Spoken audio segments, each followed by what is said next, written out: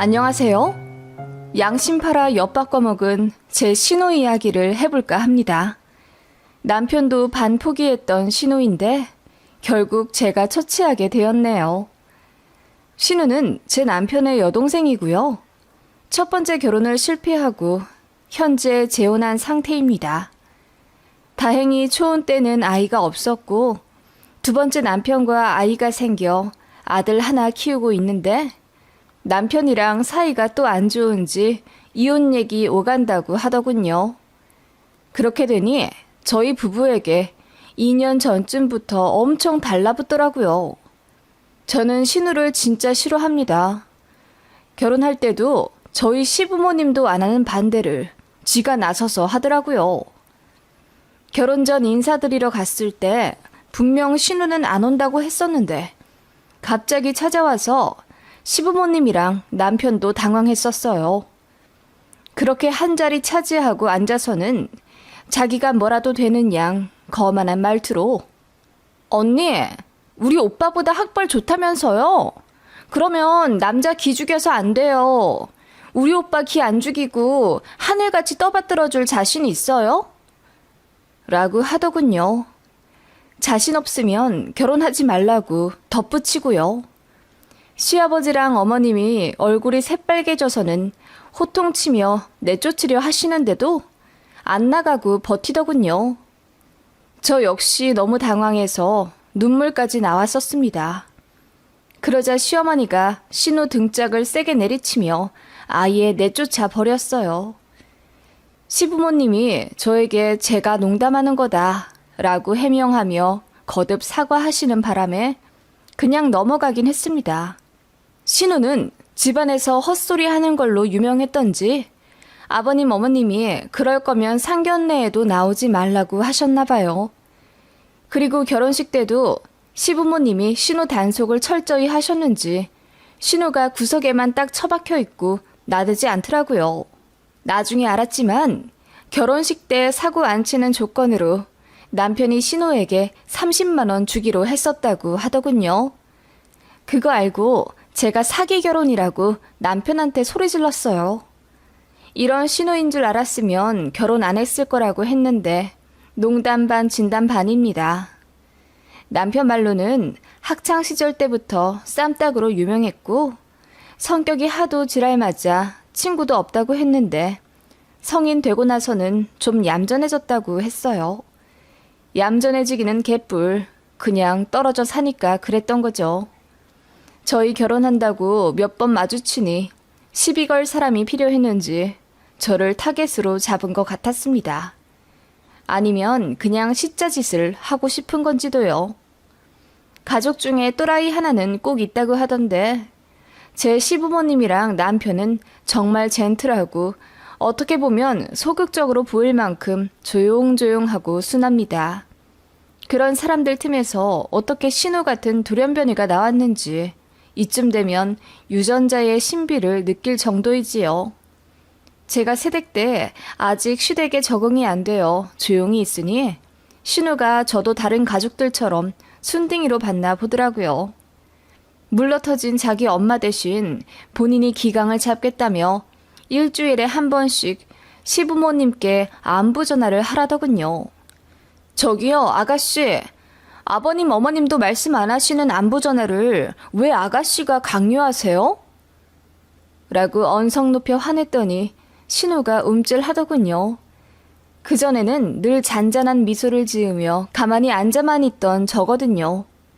제가 한마디 하니 머릿속이 새하얘졌는지 아니, 그냥 저는 가족이 되니까 기뻐서 라며 횡설수설 하는데 그 꼴이 너무 어이없었습니다.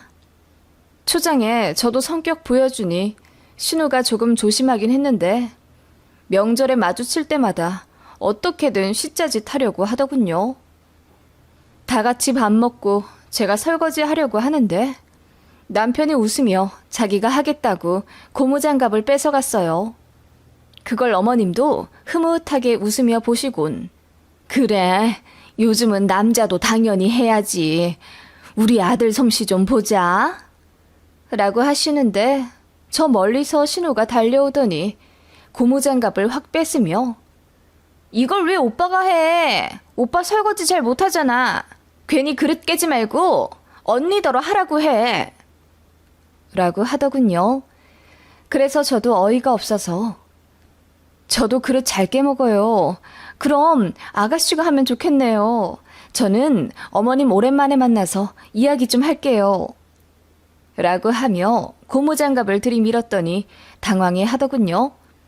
그대로 저는 시어머니랑 남편 사이에서 팔짱 끼고 나왔습니다. 부엌에서 신우가 신경질적으로 설거지하는 소리가 들리더군요. 정말 꼬셨습니다. 그런 식으로 얄미운 신우를 쳐냈더니 제 눈치는 보긴 하는데 신우도 저를 보는 눈이 곱진 않더군요. 그렇게 그냥 명절에만 가끔 만나며 연락도 전혀 하지 않고 대면대면했던 사이입니다. 그러다가 신우가 두 번째 결혼을 하게 되면서 저희 신혼집 근처 도시로 이사 오게 되었어요. 19평짜리 빌라였습니다. 신우가 먼저 자기 집들이 할 테니 놀러 오라고 하더군요. 그래서 휴지랑 방향제 20만 원 넣은 봉투를 들고 갔더니 신우가 반겨주더군요. 점심으로 짜장면이랑 탕수육 얻어먹었습니다. 신우가 저희 온다고 딱히 음식을 해놓고 그러지도 않더라고요. 신우가 저희 아이한테 먼저 짜장면 먹지 않을 거냐고 물어보더군요. 애는 당연히 짜장면 좋아하지요. 그래서 좋다고 했더니 탕수육 소자도 하나 안 추가하고 짜장면만 머릿수대로 주문하더군요. 그거 보고 역시 신우가 신우짓 한다 생각했습니다. 제 남편 귀가 뜨거워지며 자기가 다른 거 더 살 테니 시켜 먹자고 했더니 신우가 웃으면서 그럼 팔보채 추가하겠다며 중국집에 전화 다시 걸더군요. 그리고 저더러 왜 방향제를 사왔냐고 타박을 주더라고요. 임산부한테 인조적인 향기는 좋지 않은 거 모르냐고 하길래 제가 아가씨 임신하셨어요? 라고 물으니 딱 보면 모르냐 합니다. 임신 10주 차라고요. 제가 점쟁이도 아니고 임신 초기 여자를 어떻게 합니까? 아무튼 축하할 일은 맞기에 몸 관리 잘하라고 덕담해줬죠. 그랬더니 봉투를 하나 더 달래요. 이건 저희 이사 축하금이고 임신 축하금도 따로 주셔야죠. 너무도 뻔뻔한 그 말에 제 남편이 말도 안 되는 소리 자꾸 할 거면 이제 다시는 안 본다고 매섭게 쳐냈더니 신우가 입을 삐죽이더군요. 기분이 나빠진 신우가 자기 집을 자랑하면서 오빠네 집은 전세지? 우리는 자가로 시작해. 솔직히 전세 살면 언제 쫓겨날지도 모르고 내 집인데 꾸미지도 못하고 답답하잖아. 아파트면 뭐해? 나는 빌라라도 맘 편하게 내 집 있는 게 훨씬 좋아. 집값도 오를 거고. 라고 하더군요. 그래서 제가 네, 집값 많이 올라서 돈 많이 버셨으면 좋겠네요. 라고 했더니 어깨 올라간 게 보이더군요. 그렇게 식사 시간 내내 전세는 이래서 안 된다. 무조건 매매여야 한다. 소리를 귀에 딱지가 않도록 하더군요. 남편이 신경질 내며 그만하라고 하는데도 신우는 자기 인생 첫 집이라 들떴는지 계속 집자랑만 했어요. 너무 꼴보기 싫더라고요. 집들이 다녀온 이후 신우가 저희 집에도 오고 싶다고 하길래 초대했습니다. 똑같이 짜장면만 한 그릇 시켜줄까 하다가 뱃속에 아이도 있고 똑같이 치사한 사람 되기 싫어서 그냥 갈비찜도 하고 닭도리탕, 김밥도 말아 잘 대우해줬어요. 그랬으면 고마운 줄이나 알지. 남은 음식 싸달라고 식당에서 직원 부리듯 하더군요. 그리고 냉장고 아무렇게나 열어보더니 언니, 저 샤인머스켓도 싸주세요. 그리고 이건 매실청이죠? 잘됐다. 엄마 거 다 먹었는데 이거 좀 덜어주실래요? 라며 뻔뻔스레 요구하더라고요. 그래서 제가 샤인머스켓은 내일 애들 친구 초대해서 대접해야 하고 매실청은 친정엄마가 주신 건데 나도 모자라다고 딱 잘라 쳐냈습니다. 그랬더니 삐진 티 팍팍 내더군요. 임산부인데 안 챙겨준다 이거죠. 챙겨주고 싶어도 저런 인성 가진 사람한테 누가 잘해주고 싶나요? 저 사람 잘 챙기는 편인데 신우는 정말 정내미가 뚝뚝 떨어집니다. 여튼 그런 히스토리를 가진 신우였고 다신 제 집에 초대하고 싶지도 않았어요. 그런데 임신하고 나서 외롭다는 이유로 자꾸 저희 집에 놀러 오려고 하더라고요. 제가 맞벌이라 집에 없는데도 비번 알려달라며 혼자 있겠다고까지 했어요. 그래서 아이 있는 집이라 비번 유출되면 안 된다고 거절했더니 자기가 남이냐고 하더군요. 그렇게 몇 번 거절했으면 알아들어야지 정말 주말마다 오고 싶어 하더라고요. 그래서 신우 임신 기간 동안 저희 집에 3번 초대했습니다. 신우는 지 오빠 꼬셔서 카드 쓰게 만들어 맛있는 거 다 배달시켜 먹고 갔죠. 그런 신우가 한 번씩 집에 왔다 가면 저는 너무 짜증이 나서 남편을 잡을 수밖에 없었어요.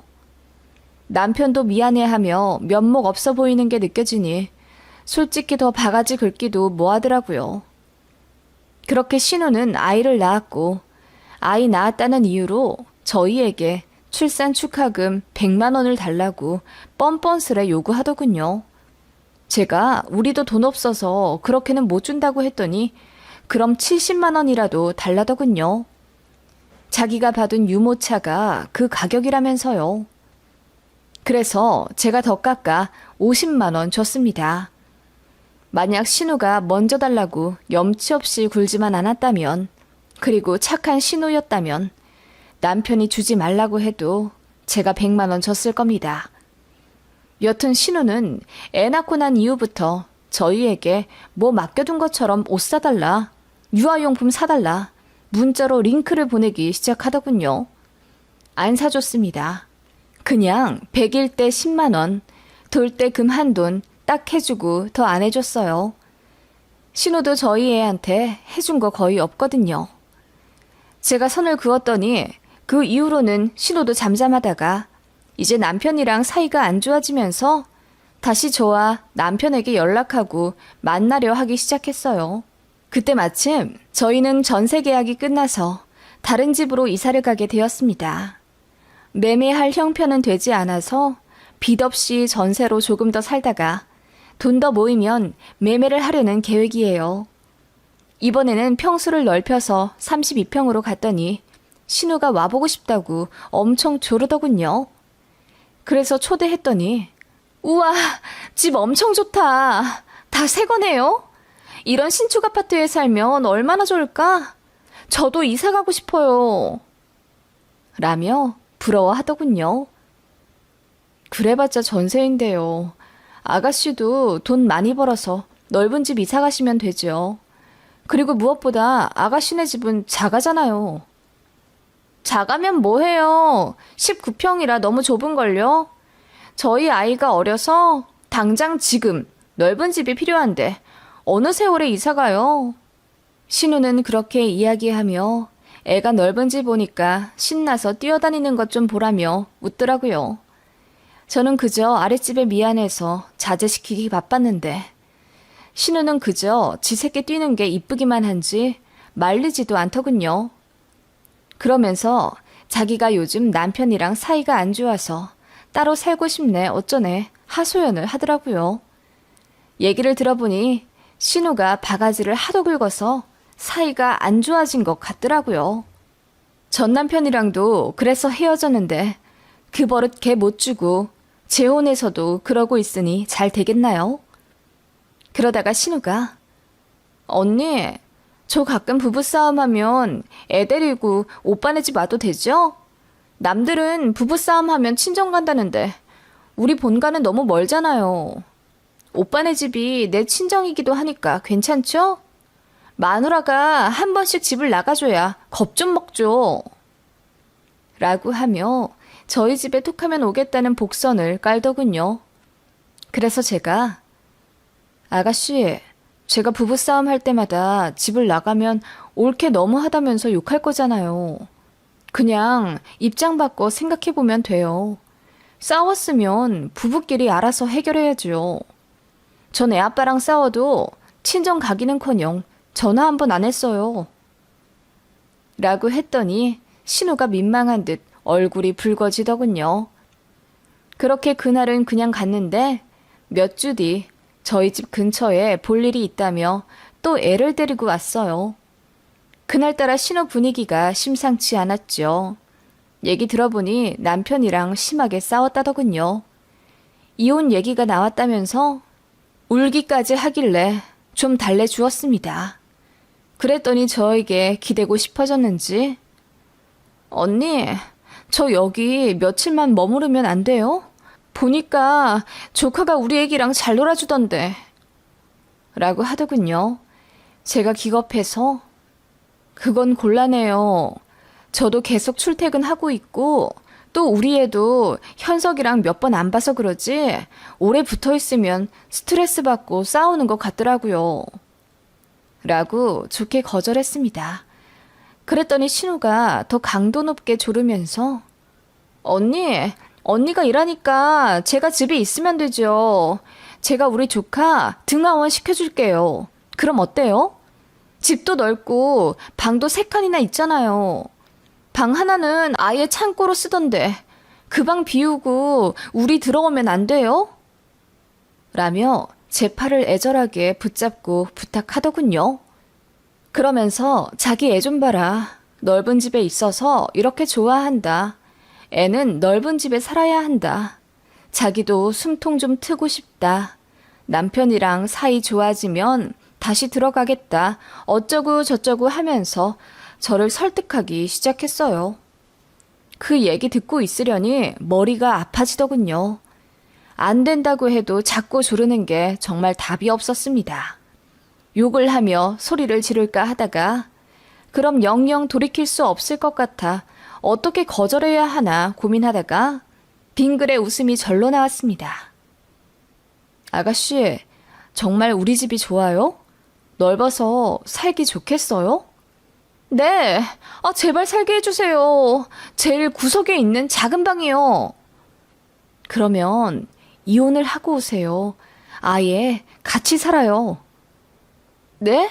언니, 그게 무슨 말이에요? 이번에는 제가 신우 팔을 붙잡고 애절하게 말하기 시작했죠. 남편이랑 잘 안 맞는다면서요. 차라리 애 어릴 때 이혼해요. 그리고 지금 집 공동명의로 되어 있죠? 이혼하고 어떻게든 아가씨 명의로 돌려오세요.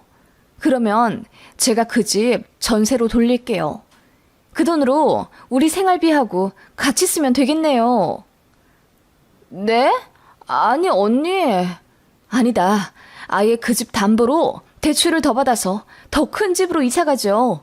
아예 40평대로 가는 건 어때요? 그렇게 하면 현석이도 더 뛰어다닐 곳 있고 좋겠네요. 제가 광인의 눈빛으로 이야기하자 신우가 뒷걸음질 하는 게 느껴지더군요. 언니, 그렇게까지는... 신우가 난감해 하더니 이혼은 그냥 하는 말이고 하루빨리 남편이랑 푸는 게 낫겠다며 서둘러 애 챙겨 나가더라고요. 제가 그 뒤에 대고 외쳤습니다. 언제든지 이혼하고 돌아와요. 대신 집은 가져와야 해요. 꼭이요.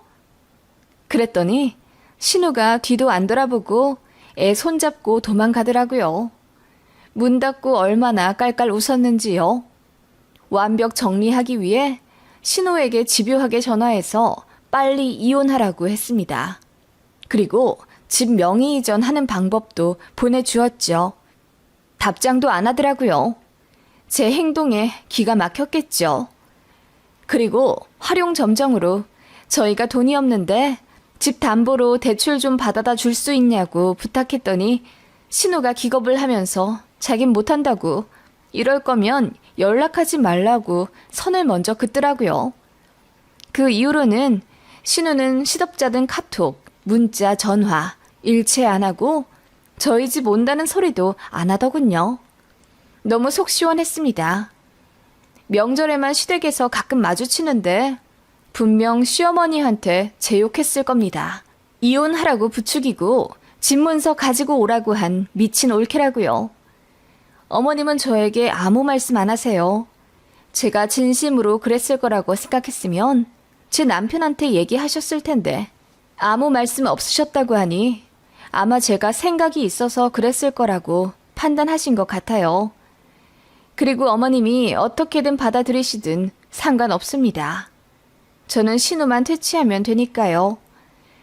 그렇게 눈에는 눈, 이에는 이수법으로 신우와 똑같이 또라이로 굴었더니 사이다 퇴치되었네요. 신우가 언제 또 돌변할지 모르겠습니다. 그때를 대비해 늘 긴장하며 받아칠 준비하고 살아야지요.